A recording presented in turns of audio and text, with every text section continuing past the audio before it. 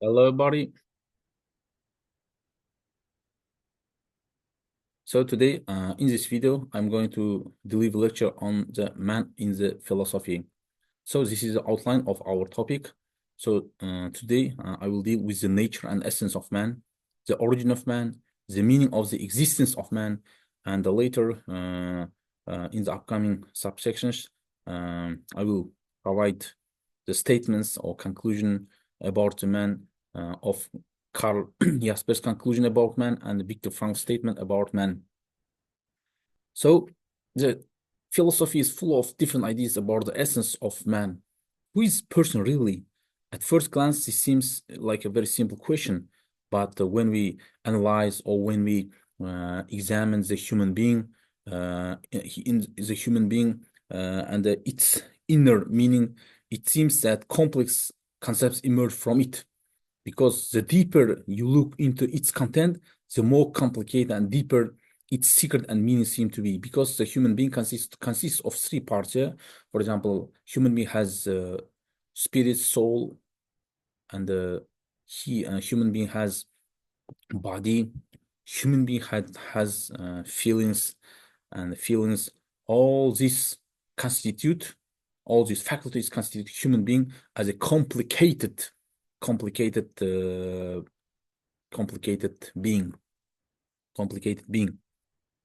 So, with regard to the nature and essence of man, in the history of philosophy, there have been many attempts to explain the essence of man. For example, in ancient times, man was considered as a part of the cosmos, a small cosmos. And in during the medieval ages, man was considered to be the image of God. And in in the modern ages, man was considered to be a thinking soul. Man, sometimes man was considered to be a wolf to man. Thomas Hobbes claimed, or Thomas Hobbes stated that human is a wolf to man. So this means, this means that there have been a great amount or great deal of definitions with regards to the essence or to the nature of man. So philosophical doctrine of man. So when we study, when the human being is studied, when human being is studied, so there were uh, uh, uh, a lot of a lot of subjects, a lot of subjects by combining their attempts try to examine the essence of the essence of human being or man. For example, anthropology, sociology, pedagogy, psychology, and all these disciplines, all these disciplines uh, being united started to analyze, to explore the essence of man. For example, anthropology explored natural history of man and human races uh, combined with the sociology. For example, sociology considered the social features of human existence. Psychology studied the individual behavior, and all these sciences explore the origin of man, the meaning of human existence as a species, and the meaning of life of an individual. With regards to the meaning of life, man, since man exists, and the question arises: what does man live for? Among the many approaches to solve these complex problems, three main ones can be distinguished. The first one, the meaning of life, is inherent in life in its deepest foundation. And second one is the meaning of life beyond life. And third is the meaning of life is created by the subject himself. So if you look to this picture, if you look at this picture like closed attentively, so the meaning of life differs. So according to different philosophers, the meaning of life is different. For example, according to Platonism, the meaning of life to learn, uh, cynicism to be self-sufficient. As for the hedonism, having pleasure now, and Epicureanism, free yourself from pain, and etc. So this picture depicts or explains the meaning of life differs according according to the interpretation, or according to the perception of man. So human as a social being.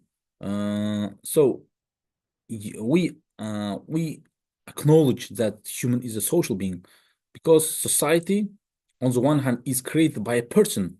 On the other hand, it forms a person. Marxism defends the thesis of the social nature of man, arguing that man is formed socially. For example, he later on provides an example. Such qualities of a person as the ability to walk upright, thinking, and speech are not inherent in a person biologically. They have social essence. Let's suppose if a child by chance grows up outside of people, that is, outside of society and culture, the so-called Mowgli, then in his development, he remains at the level of the psychic of higher animals. Uh, as for Sigmund Freud, human is an irrational being. According to Sigmund Freud, human consciousness is not rational, but irrational. That is, it is controlled by the unconscious. So, according to him, the human being is unconscious, irrational being. So, with regard to the origin of man, the question arises of how the formation of a person as a rational or social being took place. So in the 19th century, especially after the creation of the evolutionary theory by Charles Darwin, the Labour's theory of the origin of man became widespread. So this theory claims that it was labor that constructed man. And so constructed man. Then comes existentialism. So the main theme of existentialist is the meaning of his life, his daily life, the uniqueness of a person's personality. So man himself is his own cause. Man is free, and we mean existence by freedom. So existentialist puts forward the idea or the statement that man, whether man is free or not, so Karl Jaspers, by explaining the essence of man, and he stated that man is incapable and too weak to master the objective laws of nature and society. Life flows, exchange, and changes, and human life has a limit. And later on, he says, human being deceived by the hustle and bustle of everyday life, a person forgets that he is transitory and that death awaits him in the future. So, as a conclusion, he admits the way out of such a situation is transcendental union with the supreme being, that is God. So Viktor Frankl, he's well known. He is well known and famous philosopher and psychologist, and he is known for his contribution. For his contribution to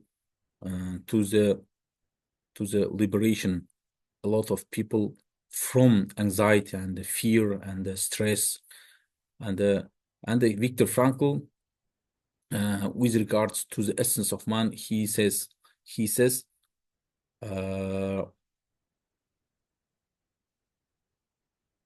in most cases, in order not to lose the meaning of life,